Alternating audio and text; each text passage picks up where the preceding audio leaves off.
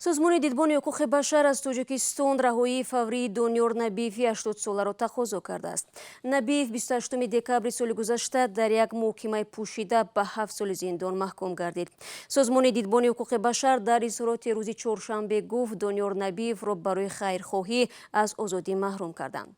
سینات سلطان علی و نماینده دیدبان حقوق بشر امروز در صحبت با رادیو آزادی دنیار نبیف را قربانی سلسله بازداشت و محکومیت ها با انگیزه های سیاسی نامید.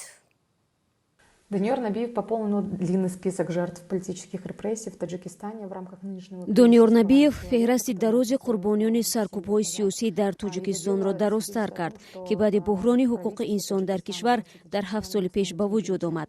پرونده او شهادت آن است که هیچ چیز پیش روی حکومت تاجیکستان و مقامات تاجیکستان را هنگام تعقیب مخالفان سیاسیش نمیگیرد.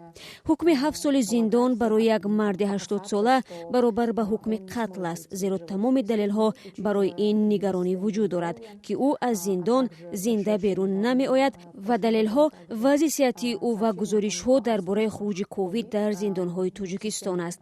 سازمان جهانی تندرستی به کشورها و حکومت ها توصیه داده است که در زمان پاندمی افراد آسیب پذیر در برابر بیماری را آزاد کنند. به این گروه پیرانسالان هم داخل می شوند. دنیار نبیف نباید برای کمک به محتاجان در زندان نشیند. او را حداقل با نظر داشته ارزش های انسان دوستانه وضعیتی باید فوراً آزاد کنند، اگرچه روند بررسی شکایت از حکم او ادامه دارد. хотя бы по гуманитарным соображениям, на гуманитарных основаниях.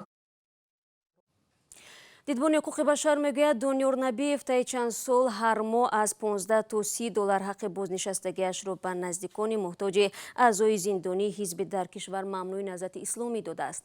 وزارت کارهای داخلی تاجیکستان روز 8 ژانویه امسال گفته بود عضو سابق حزب در کشور ممنوع نهضت اسلامی با گناه افراطگرایی و کمک مالی به جنگجویان تاجیک به زندان محکوم شده است.